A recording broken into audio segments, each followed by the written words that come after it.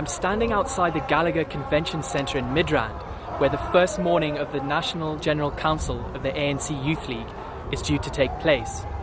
We're currently about 3 hours behind schedule, with only about a quarter of the 3,000 delegates expected having arrived at the venue. Delegates from the Eastern Cape and Limpopo arrived first, singing, dancing and expressing their support for ANC Youth League President Julius Malema.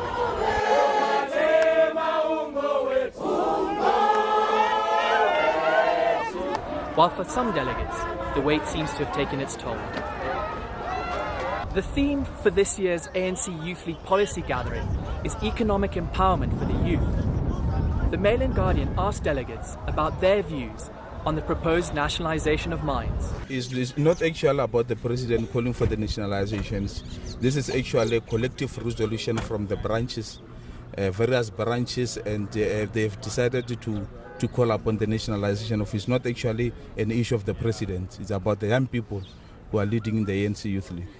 The issue of nationalization is a debate that we've gone through in depth. It's an issue that we looked at very well. We looked at instances, the material conditions when the first declaration came in 1955. We looked at the material conditions today, and we think that it is high time that it was implemented. But we're saying that we want to ensure that even if that were to happen, it is not going to be hijacked by a few individuals or a minority, but that is going to benefit the majority of the youth of our people. In the past, we've seen that youth have not really actually got anything from this government.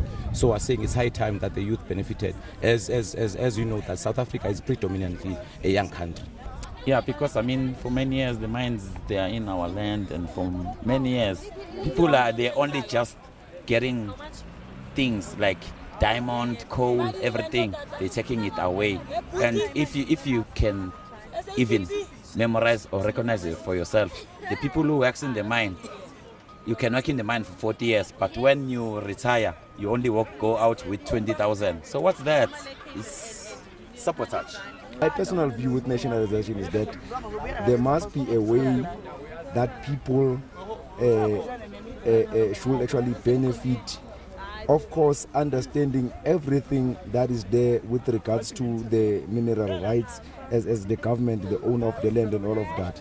But I believe that a more or a serious approach on this issue in terms of people benefiting in it must be adopted.